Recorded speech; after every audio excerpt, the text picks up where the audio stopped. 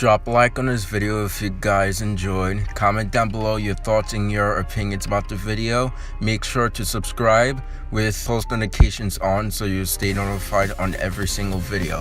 Also, follow my social media so stay tuned for updates for incoming videos. Thank you.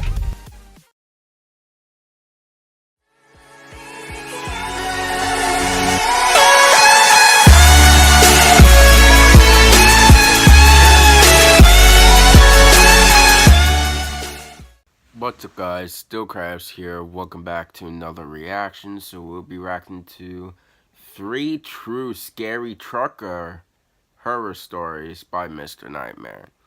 So it's that time again. We will be reacting to more scary videos since it's October, scary Halloween month. So yeah, I hope you guys enjoyed. Let's get 5 likes for this video. And comment down below suggestions for scary videos you guys want me to react to, and I will do it because it's October, scary Halloween month. So yeah, other than that, I hope you guys enjoyed. Let's get this started. 3, 2, 1, let's go. Trucker Horror Stories.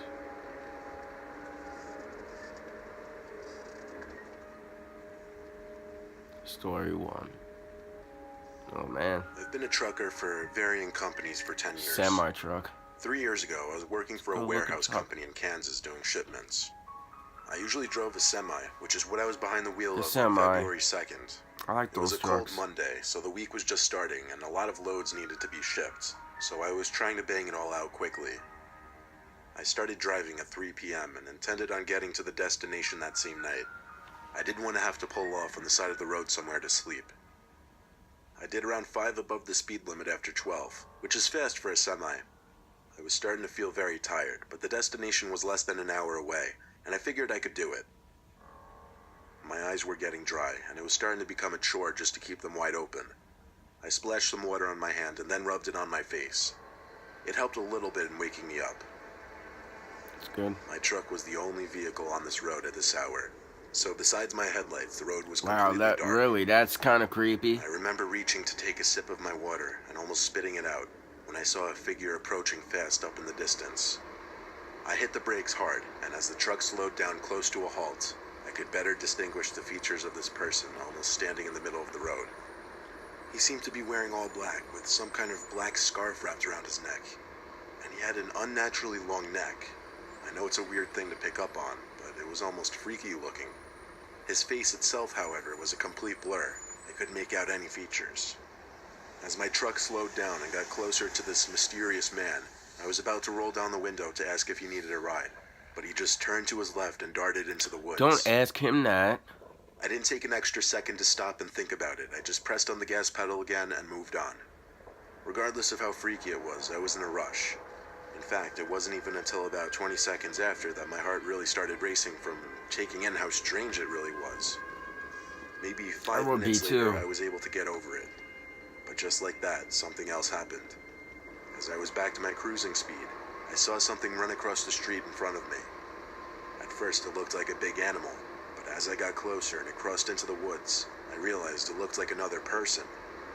I didn't even tap on the brakes this time, I just kept going. I kept zooming down the road, maybe even stepping on the gas a little more just because I was starting to get freaked out and wanted to get there faster. Another few minutes went by with nothing happening. Me too, but it's kind of dangerous though. And at times I was even swerving into the other lane a little bit. 40 minutes or so left in the drive, and I didn't know if I could make it anymore. I started looking around for good places to pull over and park for the night. There was eventually a little opening on the side of the road made of gravel. I guess it was meant to be just a little parking rest stop kind of thing. I pulled the semi into it, parked it, and leaned back and rested my eyes. I fell asleep for not even an hour, just to wake up out of nowhere to the darkness. I still don't know what woke me up, but as I looked outside through the windshield, something in my gut was telling me to turn on the headlights, and so I flicked the knob, and lights lit up the surrounding area in front of my truck. There was something in front of the truck, though. A man. That same man with the black scarf I'd seen earlier standing on That the side of the same road. man? How Now I could see his how face did much he clearer. even He had a very wide smile, and go his over eyes there were open as fast? wide as Like, possible, and he looked right at me through the windshield. like, I turned the truck how on did he and just pulled it like out of that little appear clearing there? as fast as possible. How did he I go didn't know what end to up think. going so I fast, was like 10 miles from where ending I'd up seen to him catch him? last. I didn't stop again that night until I made it to my destination. From there, I fell asleep in the parking lot and woke up early the next morning. Thank Now, God the it's only the morning. logical explanation I could think of is that my mind was playing tricks on me, because I had been seeing strange things all night. I've never heard of a Probably hallucination being because so you were vivid, just tired terrifying though. and you... And that's the part that still really confuses and scares me. It could be. Story 2. Oh man. Before getting an office job in the city, I was a UPS driver for 2 years. It was good money, and I enjoyed it for the most part. It had its moments, though. It was 2010. I'd been out of college for 2 years. I was working 11 to 7 on a Thursday. It was the dead of winter, so it was dark by like 5 o'clock. I wasn't exactly living in Palm Springs either. I was living in a small town in North Carolina. I don't want to call it ghetto or slummy, but it wasn't a very nice area at all. I did deliveries in that same town very often. The housing situation in this town was weird. Some blocks would have rows of houses and trailer homes spaced far away from each other, while other blocks were just completely desolate. This made for less deliveries altogether because the houses were so spaced out and far from each other that it took longer than, say, a regular suburban or urban community. Deliveries were always marked on the map so that I could take a more strategic route instead of just driving all over the place. After hours and hours of deliveries, all over a span of at least 3 different small towns, I started heading down one of those streets I'd mentioned just now. Spaced out trailer homes and small houses on one side, forest on the other side. It's a little past 6 p.m. and my shift is winding down with not too many deliveries left. There was one house on this block, and the package was to be signed for, meaning I couldn't just leave it on the stoop. I pulled up in front of the house, went to the back of the truck, and pulled out one of the biggest and heaviest boxes of the day. There were some kind of small metal pieces bumping around in the box, lots of them. I couldn't even try to take a guess at what could be inside. My job was just to lug the thing to the front door of the trailer home, and that's just what I did. There was no doorbell in this home, so I had to knock. There were no lights on in there though, and I didn't see a car out front, so I was hoping somebody was home. I knocked a few more times, then I saw the curtains to one of the windows move, and footsteps come to the door. Then there was a long pause, a suspicious and unnecessarily long pause before the door finally cracked open. Some older woman poked her head out all paranoid-like, and when I said she had a package to sign, she opened the door fully. She seemed fidgety as I asked her to sign the device. She did so. It was a sloppy signature, too. She told me I'd need to help her carry the box into her room. I figured that would be the case.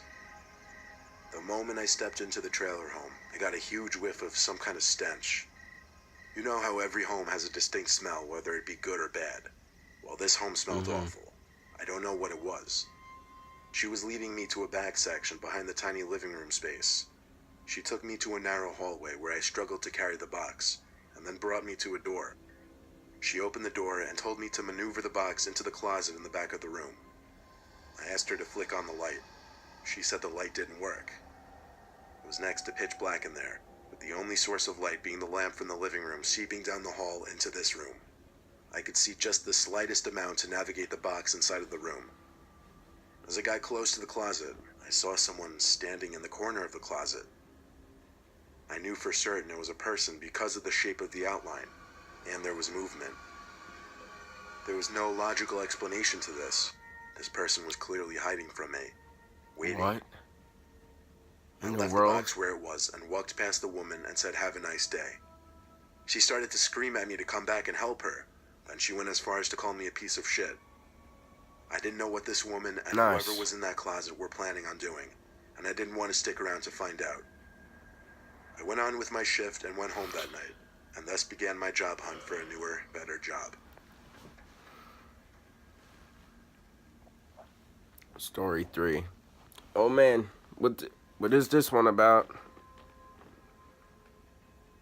I've been a truck driver since I was 25, and I've done a lot of night drives and of course had my fair share of odd experiences. I did deliveries for a number of different types of companies. Often I'd have to drive across state to make shipments to the receiving companies or stores. One day I had to drive literally from one side of California to the other to deliver a trailer full of wooden furniture items. Much of the drive was through open desert roads. It was going to be many hours, and I already had a late start to the day, so I knew a majority of my drive would be in the dark. Given the nature of these desert roads at night, how straight they are and how little traffic there is, it meant I could push the truck a little faster than I would on other roads. This meant that when I saw the flashing rear lights of a car in the horizon, I had to hit the brakes a little extra hard to bring the truck to a stop when I finally pulled up behind the car. It was an old Chevy Impala parked on the side of the road in the desert dirt. It had its hazards on. I got out of my truck because of course I had to be a good Samaritan and check if they needed help. I walked over to the car and tapped on the window, only to get no kind of response. I bent down a little to look into the car through the tinted window. There didn't seem to be anyone sitting inside. I did the same thing for all 3 other seats, and could confirm there wasn't anyone in the car. So I looked out into the cool, dark desert that the road ran through, though I couldn't see any further than maybe 20 yards in front of me. I was feeling especially hopeful this Why night for would some reason, someone just so I leave their went back to car my there? truck and got a flashlight from the toolbox that sat underneath the passenger seat. It was a heavy-duty tactical flashlight that was so bright it would hurt your eyes to look directly at it. As soon as I turned it on, it revealed what appeared to be an abandoned gas station on the side of the road. Apparently I hadn't noticed it before. I guess the reason I didn't realize it before was because the whole fill-up or parking area was basically dirt. There wasn't any concrete. There were also only 2 gas pumps. Behind them was a small building, probably an old quick-stop store at one point. It would make the most sense that whoever's car was over there would be in that building. I went to the front door, which was permanently jammed open, and the flashlight lit up a decent portion of the room inside. It was what I thought, a big convenience store you'd find at many gas stations, or at least it used to be. It was no wonder it didn't last on a road like this, though. I called out to let anybody know of my presence, and that I was there to help. There was the slightest bit of echo in the room, which gave me chills for some reason. Then I heard something, probably a shoe, scrape against the floor on the opposite side of the room, behind a few shelves that were probably once filled with snack items and drinks. Probably it was that I person called out once again, offering my help if it was needed. with the white Then I heard Chevy. a deep, heavy whisper saying, "Get out." I understood what was said immediately, but I didn't understand why whoever said it would say that. I was also hearing heavy breathing in one corner of the room. It was enough to make me get the hell out of there in a hurry. On my walk back to my truck, this is what I heard. And there had to be at least 5 seconds of confusion. I didn't know if what I was hearing was real or not, if that even makes sense. I ran to my truck You and know, called 911 because, to be honest, night I was too driving, scared to go back in that building. You know, They asked for an exact location, and I couldn't tell them. All I I could will say never was that I night was by an drive abandoned gas anywhere station on some road alone, in the especially desert. alone. They asked At me to stay midnight, on the line especially. so I could describe my location better. But suddenly, the car in front of me turned on and started speeding down the desert road. I didn't even notice him get into his car. It was so dark and I was so distracted by the phone call. I ran back into the building to see if anybody was still in there, while of course keeping 911 on the line. I went to the back section where I'd heard the voice and breathing, and I was mortified to see a fresh pool of blood on the floor. I could only imagine what had happened. I explained into the phone that I believed I'd just stumbled into a crime scene. Eventually they were able What? to send a bunch of state troopers to the scene. They asked me for any information I could give, license plate number, what the suspect looked like, what I thought happened. All I said was it was a black Chevy Impala, early 2000s, and I heard a man tell me to get out before hearing a woman screaming as I left the building. There was no body left behind, but I had a few ideas of what might have happened. I'm sure the state police took some blood samples and whatnot, but I wasn't able to be of much more assistance. Shamefully, I did not have a dash cam at that point to get the license plate number, but literally the next week, I installed the dash cam into my assigned truck.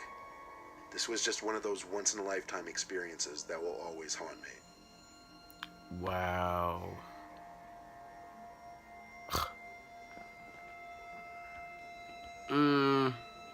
I can't tell which story it was more terrifying. Well, I mean, I think it's the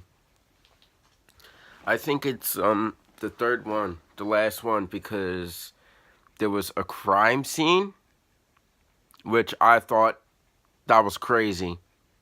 And also, especially, like, there was a car just in the middle of nowhere. Well, there's a car with the hazards on, and absolutely no one is in there to be absolutely found.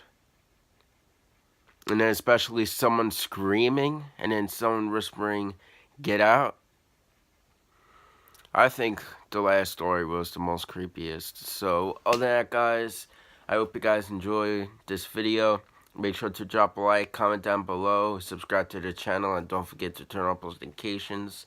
So, other than that, guys, thank you guys so much for watching, and I will see you guys in the next video. Goodbye, everyone.